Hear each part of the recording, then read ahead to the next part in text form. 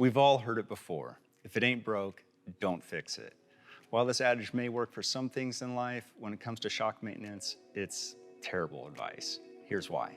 There's no getting around the fact that mountain biking is dirty. There's dust or mud everywhere that you go that sticks to suspension components and acts like sandpaper between the moving parts that slowly changes their dimensions over time. After the critical interfacing dimensions between the stanchion bushings and seals have been altered, you may find yourself looking at having to replace your shock. The good news is that regular preventative maintenance can radically extend the life of your shock. And best of all, the parts are inexpensive and the work's pretty easy to do.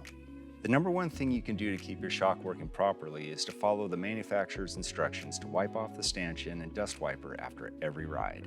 It takes seconds to do and will extend the life of these components more than anything else. Always use a clean rag or paper towel to do this job. Otherwise, you're just wearing down the stanchion with the accumulated grit embedded in the rag. Also, wipe everything radially, not longitudinally. Radial scratches rarely lead to oil leaks, but longitudinal scratches always do. Second, do the preventative maintenance work recommended by the manufacturer in the owner's manual. This means replacing the seals and lubrication oil in the air shock sleeve. Every air shock has a slightly different maintenance procedure, but they're all very similar. So what I'm going to do here is show you what the service generally entails, regardless of the manufacturer, if you want to tackle the work yourself. Release the air in the rear shock.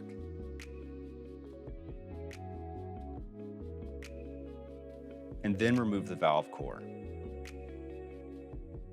Put the upper eyelet or trunnion mount into a vise and use your hands to unscrew the air sleeve counterclockwise and slide it off the shock stanchion. At this point, you can choose to either clean and lubricate the existing wiper and seals or replace them. If you go the replacement route, use a pick tool to pull out all the old seals and replace them using only your hands. Whichever one you decide on, you'll need to use the manufacturer's recommended lubricant as prescribed. This lube is included in air sleeve seal replacement kits, but is also available separately.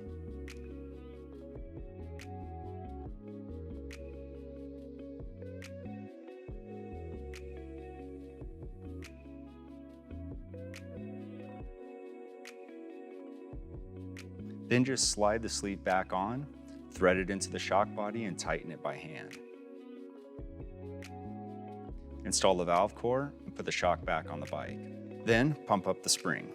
You'll need to repeat the spring pressurization procedure about 3 times, cycling the suspension between each time to equalize the positive and negative chambers, and you're done.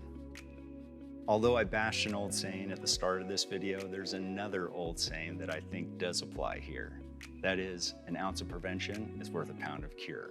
If you like this video, please give us a thumbs up and ring the bell to be notified for every video that comes along in the Art Cyclery Ask a Mechanic series.